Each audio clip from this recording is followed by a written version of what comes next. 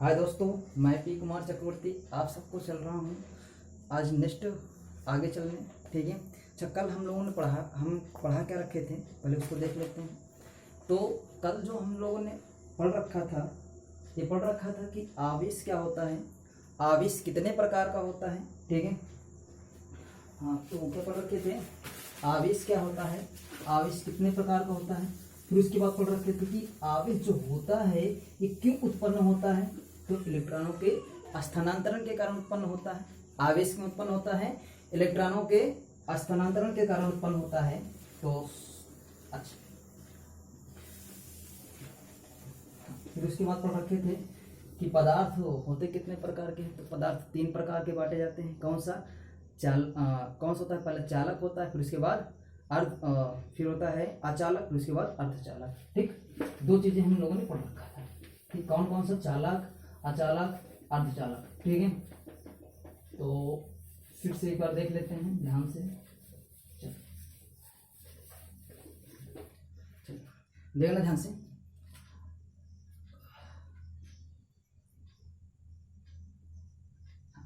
चलिए देखें ध्यान से। हम लोगों ने पढ़ रखा था कि आवेश होता क्या है, आवेश को इंग्लिश में बोला जाता है चार्ज। क्या बोला जाता है, चार्ज। आवेश किसे कहते हैं, आवेश एक प्रकार का गुण है जिसके द्वारा वैद्युत क्षेत्र तथा चुंबकीय क्षेत्र उत्पन्न होता है। आवेश क्या है, प्रकार का गुण है जिसके द्वारा वैद्युत क्षेत्र तथा चुंबकीय क्षेत्र उत्पन्न होता है। आवेश पढ़ रखे थे 2 प्रकार का, पहला पढ़ रखे थे धनावेश और दूसरा पढ़ रखे थे ऋणावेश। ठीक है, पहला पढ़ रखे थे धनावेश और दूसरा पढ़ रखे थे ऋणावेश। धनावेश कब आता है, जब इलेक्ट्रॉन का क्या करता है, त्याग करता है। ठीक, जब क्या करेगा, त्याग करेगा, तो उसको बोलेंगे क्या, उसको बोलेंगे धनावेश। और जब इलेक्ट्रॉन का ग्रहण करेगा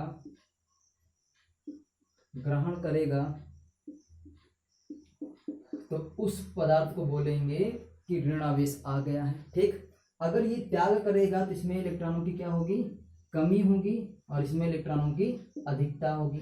ठीक, तो इतना सीख लिया था। और एक सीख लिया था, जो इलेक्ट्रॉन जितना ये त्याग करेगा उतना ही दूसरा इलेक्ट्रॉन ग्रहण करता है। ठीक, ये भी जान लो कि अगर इसने 5 इलेक्ट्रॉन, मान लो कोई पदार्थ है, अगर इसने 5 इलेक्ट्रॉन को त्याग किया है तो अगला वाला पदार्थ 5 ही इलेक्ट्रॉन को ग्रहण करेगा। ठीक है, कितने इलेक्ट्रॉन को ग्रहण करेगा, 5 इलेक्ट्रॉन को ग्रहण करेगा। और ऐसे को बोलते हैं आवेश संरक्षण सिद्धांत, मतलब कि ये आवेश संरक्षित रहता है इसमें। ठीक, जितना इलेक्ट्रॉन त्याग करेगा उतने ही इलेक्ट्रॉन उस पर ग्रहण होगा, इसको बोलेंगे क्या, आवेश संरक्षित। ठीक है, आगे सुनो ध्यान से।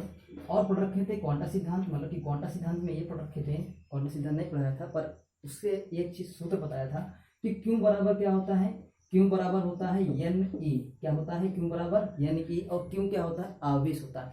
आवेश को हम लोग किससे प्रदर्शित करते हैं, क्यों से प्रदर्शित करते हैं। क्यों बराबर होता है NE। ठीक है, और N क्या है, N पूर्ण संख्या है। क्या है, ये पूर्ण संख्या है। ठीक है, किसकी, इलेक्ट्रॉनों की पूर्ण संख्या है। और E क्या है, E है इलेक्ट्रॉनों पर आवेश, और E बराबर होता है 1.6 × 10⁻⁻19 कूलम। ठीक है, फिर उसके बाद पढ़ रखे थे कि आवेश 2 बिंदु आवेश को बीच लगने वाला बल। तो 2 बिंदु आवेश बीच लगने वाला बल न्यूटन ने बताया था। किसने बताया था, न्यूटन ने बताया था। न्यूटन ने बताया था कि अगर 2 बिंदु आवेश हैं, क्या है, अगर 2 बिंदु आवेश हैं तो उनके बीच बल कितना लगेगा, उनके बीच लगेगा F बराबर Q1 Q2 बटे R²। और ये K, और इस K का मान बता रखे थे कि 9 × 10⁹ न्यूटन मीटर स्क्वायर प्रति कूलम स्क्वायर। इसका मतलब कि K का मान इतना होता है। ठीक है, और कि 2 बिंदु आवेश, कूलम ने क्या बताया था कि अगर कोई 2 बिंदु आवेश है, मान लो यहाँ पर Q1 है, यहाँ पर Q2 है, और ये बीच की दूरी कितना है, R है, तो यह आवेश भी उस पर क्या करेगा, बल लगाएगा, और यह आवेश भी उस पर क्या लगाएगा, बल लगाएगा। दोनों एक दूसरे पर समान बल लगाते हैं। क्या लगाते हैं, दोनों एक दूसरे पर समान बल से प्रतिकर्षित करते हैं या आकर्षित करते हैं। ठीक, मतलब कि मान लो ये दोनों प्लस प्लस के होते, दोनों क्या करते, प्रतिकर्षित करते। ये जितना बल इस पर लगाता, मान लो ये बल इस पर लगाता तो ये भी उस पर ही यह बल लगाता। ठीक, तो मतलब कि जो इस पर बल होगा क्या होगा, Q1 Q2 बटा R² × K। ठीक है, और K क्या है, K स्थिर वैद्युत नियतांक है। K का मान होता है 9 × 10⁻9 न्यूटन मीटर प्रति कूलम स्क्वायर इतना होता है। आगे सुना ध्यान से। अगर इतना पढ़ रखे थे तो हम लोग अब जानते हैं एक चीज, चलते हैं हम लोग एक चीज सीखेंगे कि अर्धचालक। देखो हम कल दो बता दिए थे, क्या बता दिए थे, चालक बता दिए थे, अचालक बता दिए थे, अर्धचालक भी बता दिए थे, ठीक। लेकिन अर्धचालक में और भी आगे सीख लेते हैं, ठीक। तो अर्धचालक जो होता है ये बड़ा फैक्टर वाला चीज होता है, ठीक है, बहुत ही इंटरेस्टिंग चीज होता है। इससे हम लोग जो आईसी ओसी बनती है ना, आईसी इसी से बनती है, ठीक, अर्धचालकों से ही बनता है, ठीक है। तो सुनना ध्यान से, आईसी चिप हो गया, ठीक है, ये सब कहाँ से बनता है, अर्धचालक से बनता है। तो देखना ध्यान से, अर्धचालक होता क्या है। अर्धचालक होता है जिसमें हम क्या करें, ऐसा पदार्थ होता है कि इसमें अगर हम ताप को क्या रखें, 0 केल्विन रखें, ठीक है, तो यह अचालक की तरह व्यवहार करता है। किस तरह व्यवहार करता है, अचालक की तरह व्यवहार करता है। अगर हम ताप को क्या रखें, 0 केल्विन रखें, तो वह अचालक की तरह व्यवहार करेगा। जैसे जैसे हम इसका ताप बढ़ाते जाते हैं, यह चालक की तरह व्यवहार करने लगता है। किसकी तरह व्यवहार करने लगता है, चालक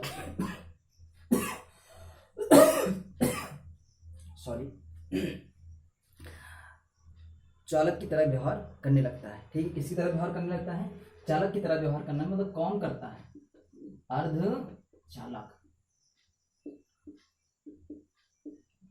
अर्धचालक क्या करता है, अर्धचालक क्या करता है कि अगर इसको हम 0 डिग्री सेल्सियस या 0 केल्विन पर रखते हैं, 0 केल्विन पर रखते हैं, तो वह क्या करता है, अर्धचालक की तरह व्यवहार करता है। अगर हम यही इसका टेम्परेचर क्या करने लगे, बढ़ाने लगे, तो यह चालक की तरह व्यवहार करने लगता है। किसकी तरह व्यवहार करने लगता है, चालक की तरह। तो चालक पदार्थ क्या होता है, जिसमें आवेश आसानी से प्रवाहित हो जाए, ठीक, या फिर विद्युत धारा आसानी से प्रवाहित हो जाए, उसे हम क्या कह रहे थे, चालक पदार्थ, ठीक। और जिसमें विद्युत धारा प्रवाहित आसानी से नहीं होता है, उसे हम क्या कहते हैं, अचालक पदार्थ। क्या कहते हैं उसको, अचालक पदार्थ, ठीक है।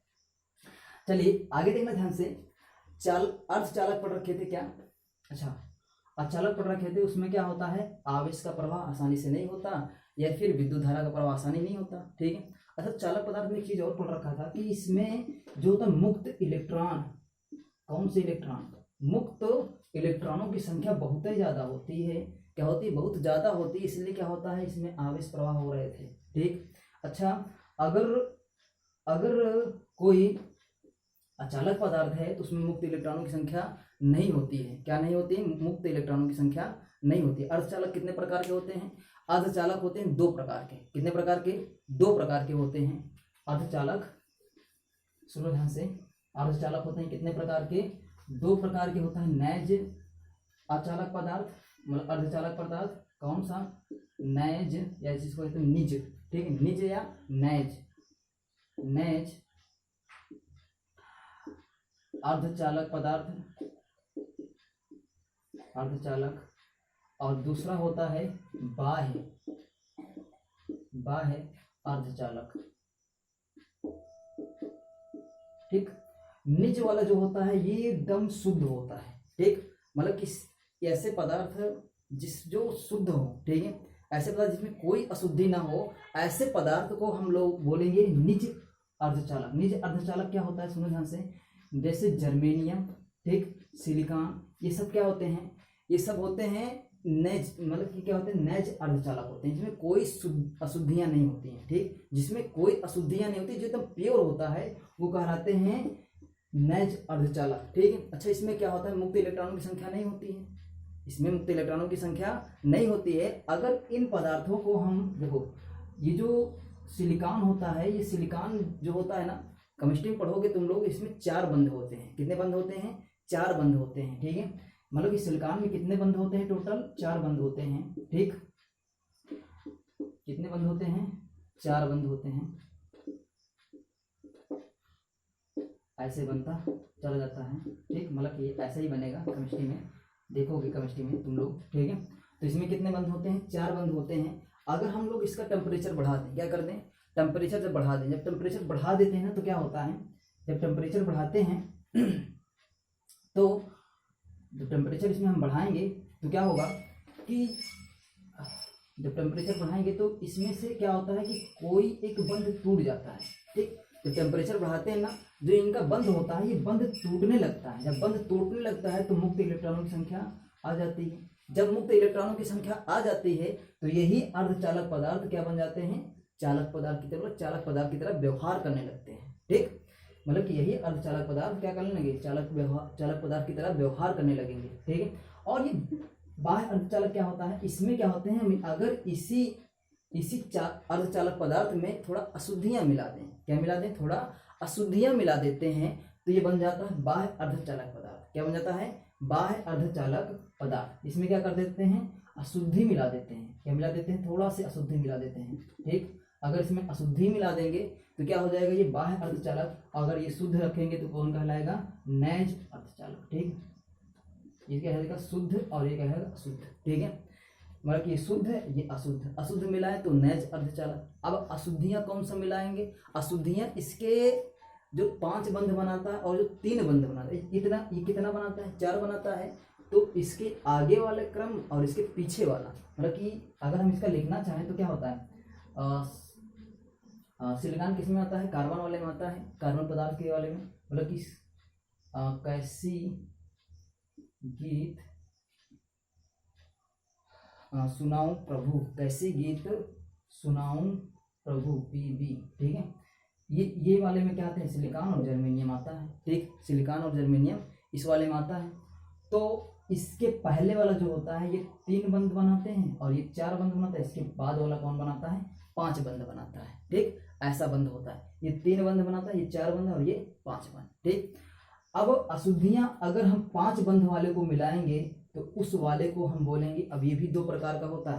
पहला होता है कौन सा, एन प्रकार का, दूसरा होता है पी प्रकार का। एन टाइप, इसको एन टाइप अर्धचालक बोलते हैं और इसको पी टाइप अर्धचालक। ठीक है, पी टाइप अर्धचालक। ठीक, अगर हम लोग इसमें सुने ध्यान से, अगर हम लोग 5 बंध वाले को सिलिकॉन में मिलाते हैं, जर्मेनियम में मिलाते हैं 5 बंध वाले को, तो बन जाता है एन टाइप अर्धचालक। मतलब कि 5 बंध वाले को अगर किस में मिला दें, सिलिकॉन या जर्मेनियम में मिला देते हैं तो बन जाता है कौन सा बन जाता है, एन टाइप अर्धचालक। ठीक है, एन टाइप अर्धचालक। ठीक है, और अगर हम 3 बंध वाला मिला देते हैं तो बन जाता है पी टाइप अर्धचालक। कौन सा, पी टाइप अर्धचालक। ठीक है, अच्छा एक पॉइंट और याद रखना है एक पॉइंट और याद रखना है कि ये जो होते हैं ये क्या करेंगे, देखो ध्यान से,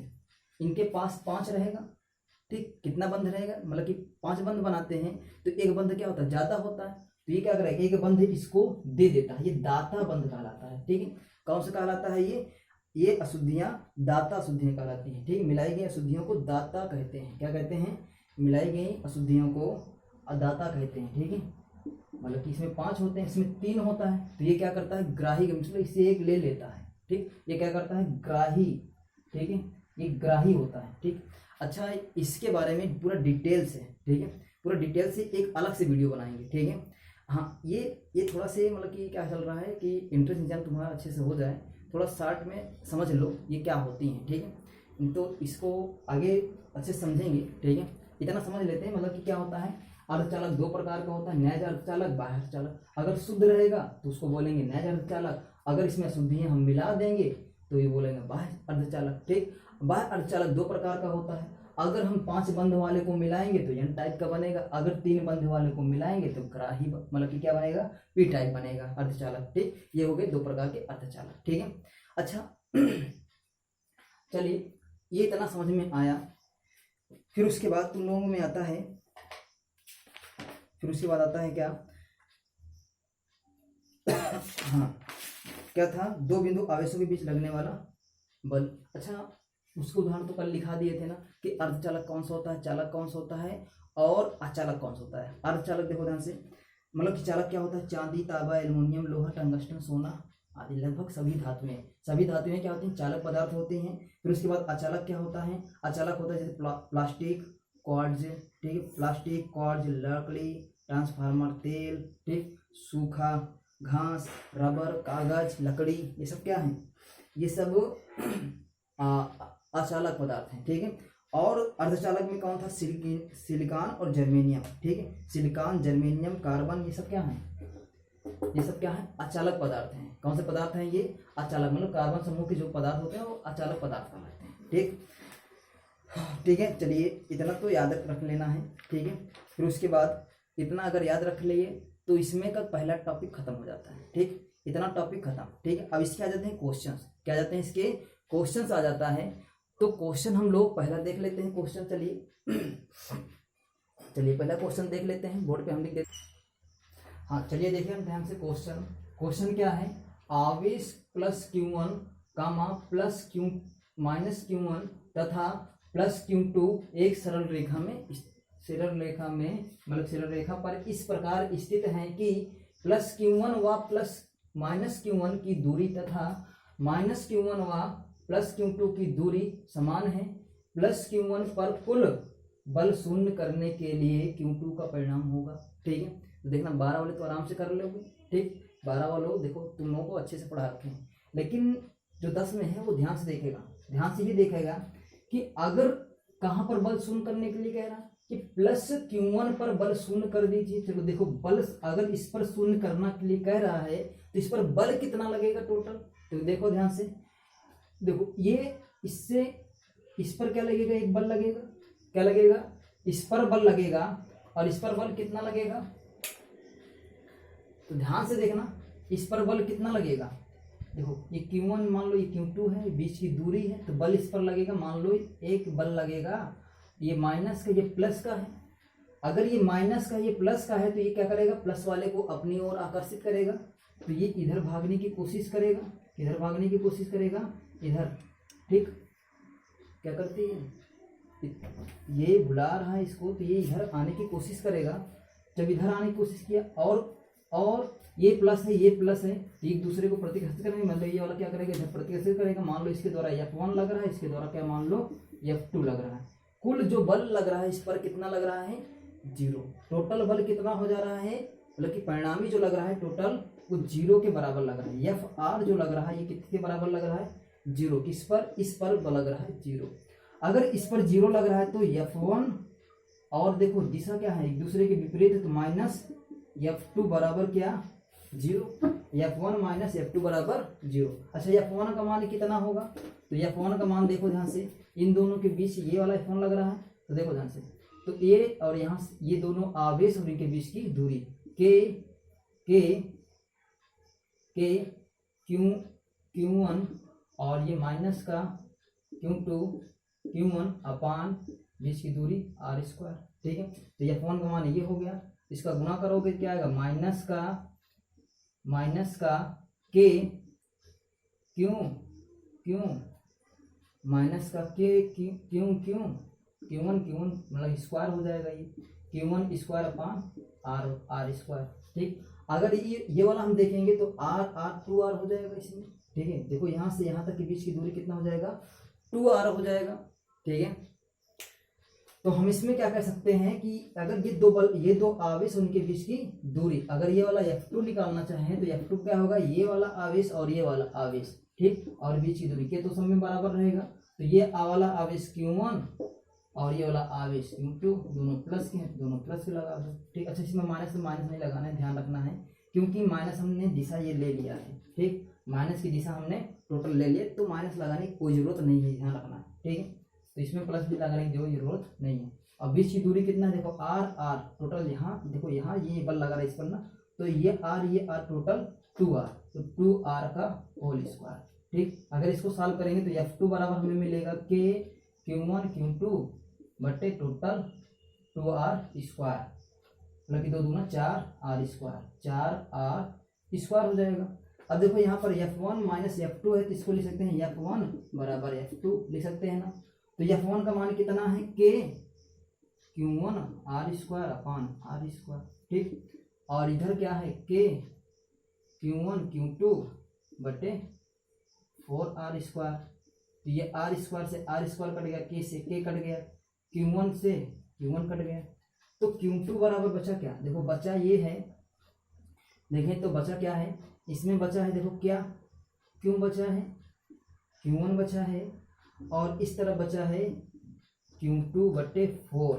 ठीक, अगर इधर बेचें तो Q2 बराबर कितना हो जाएगा, Q2 बराबर हो जाएगा 4Q1। कितना हो जाएगा 4Q1। तो कोई रिलेशन ऐसा बन रहा है क्या 4Q1? हाँ, तो कौन सा रिलेशन बन रहा है डी नंबर, ठीक है। तो एक का डी नंबर क्या हो जाएगा सही हो जाएगा, मतलब Q2 बराबर क्या आ जाएगा 4Q1, ठीक है। Q2 बराबर कितना आ जाएगा 4Q1, ठीक है।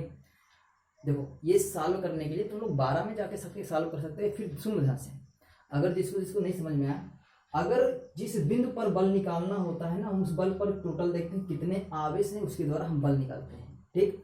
इसके द्वारा हम बल निकाल लेते हैं। अच्छा अगर नहीं समझ में आया चलो हम फिर से समझाते हैं। पहले इसके द्वारा हम सीख लेते हैं, ठीक है। हम जानते हैं नहीं समझ में आया होगा, क्यों नहीं समझ में आया होगा, क्योंकि पहले सीखे नहीं हो, ठीक है। चलो सीख लेते हैं पहले। अगर जिसको करना था तो पीछे करके वीडियो, अब इसको फोटो खींच लेना, फिर से समझना, ठीक है। बार बार समझना, समझ में आ जाएगा। अगर नहीं समझ में आया तो पहले हम सिखा देते हैं इस चीज़, फिर उसके बाद समझने में आराम से आने लगेगा, ठीक है। चलिए एक चीज सीख लेते हैं। अगर मान लो दो बिंदु आवेश हैं, उनके बीच बल कितना लग रहा है। कूलाम के नियम से क्या पढ़ रखा था, दो बिंदु आवेश हैं तो उनके बीच बल कितना लग रहा था।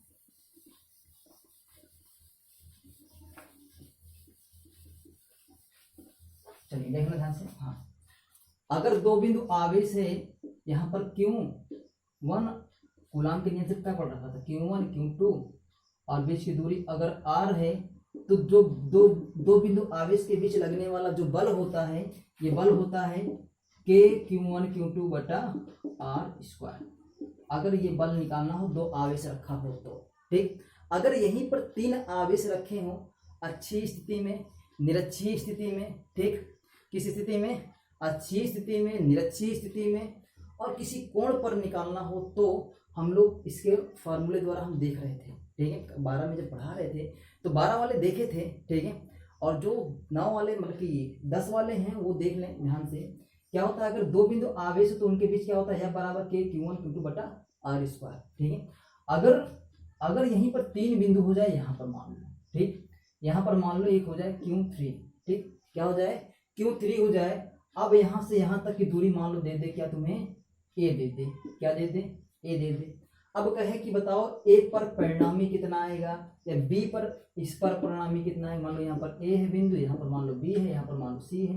कहे B पर परिणामी कितना आएगा और C पर कितना परिणामी आएगा। तो ये चीज़ हम लोग कैसे ज्ञात करेंगे, देखना ध्यान से। मान लो ये वाला प्लस है, ये वाला भी प्लस है, और ये वाला भी प्लस है। जब तीनों प्लस प्लस में हो तो, ठीक। तो देखना ध्यान से। तो हम सबसे पहले क्या निकालेंगे, मान लो इस पर परिणामी निकालना है A पर। जब हम कहाँ निकालना हो, A पर निकालना हो, तो हम लोग क्या करेंगे, देखना ध्यान से। कौन कौन से आवेश के द्वारा बल लगेगा, एक इसके इस वाले आवेश के द्वारा और एक इस वाले आवेश के द्वारा, ठीक। एक ये आवेश इस पर बल लगाएगा और ये